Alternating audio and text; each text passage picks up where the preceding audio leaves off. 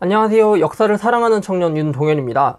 우리는 이렇게 섹시하고 되게 노출이 심한 옷을 입은 여성이나 어쩌면 구시대적이고 그런 유교적인 사상에서 벗어난 생각을 하는 여성을 보고 신여성이라고 표현을 합니다. 이 신여성이라는 표현은 언제 나타난 말일까요?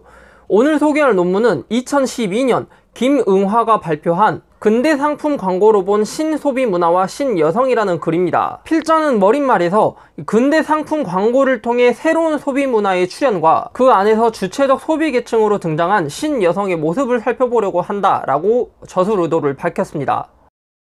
우선 이 신여성이 등장하게 된 배경에 대해서 살펴보면 첫 번째로 근대로 들어오면서 이 상품 경제가 발전하면서 노동 가치를 중시하게 되고 신분제가 붕괴되었습니다. 두 번째로 개항 이후 서구 문화의 영향으로 자유, 평등, 개인, 권리 등 이런 새로운 개념이 보급되면서 여성에 대한 불평등과 차별을 비판하는 등 이전과는 다른 새로운 인식으로의 전환이 나타나게 되었습니다. 세 번째로 이런 시대 분위기 속에서 여성 해방을 위한 계몽운동이 일어나고 특히 20세기 이후 학교 교육 증대를 통해 여성의 사회적 지위와 인식이 향상되었습니다. 이와 같은 사회적 배경에서 등장한 신여성은 곧 학교를 통해 근대적 교육을 받은 여성을 의미하게 되었고 전통적인 여성상의 구여성과 대립하는 용어가 되었습니다. 그렇게 신여성이라고 불리는 근대적 여성들은 정체성에 대해 고민하면서 내적인 부분뿐만 아니라 이 외형의 스타일에도 변화를 주기 시작하였고 신여성은 새로운 소비 주체로 등장하였습니다. 이로 인해 신여성에 대한 인식이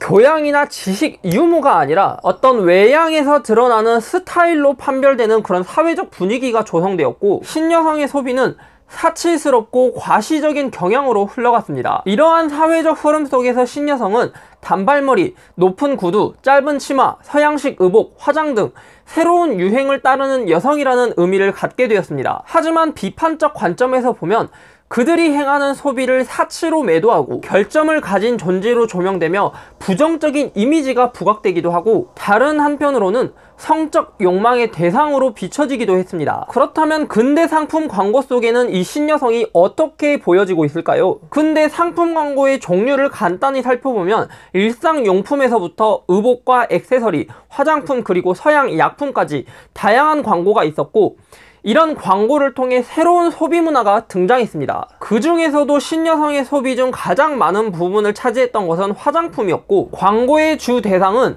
남성보다 여성이 더 높았습니다. 그리고 이런 새로운 소비 문화를 통해 구여성과 신여성은 외모에서부터 두드러진 차이가 나타나기 시작했습니다. 지금 이 영상에서는 근대 상품 광고의 소개와 발달사를 짧게 설명하고 있지만 논문에서는 마케팅 이론에서 제품을 생명에 빗대어 설명하는 제품 수명 주기를 이용하여 19세기 개항기 때부터 1945년 해방기까지 정착기, 도입기, 성숙기, 쇠퇴기의 과정으로 나누어 소개하고 있습니다.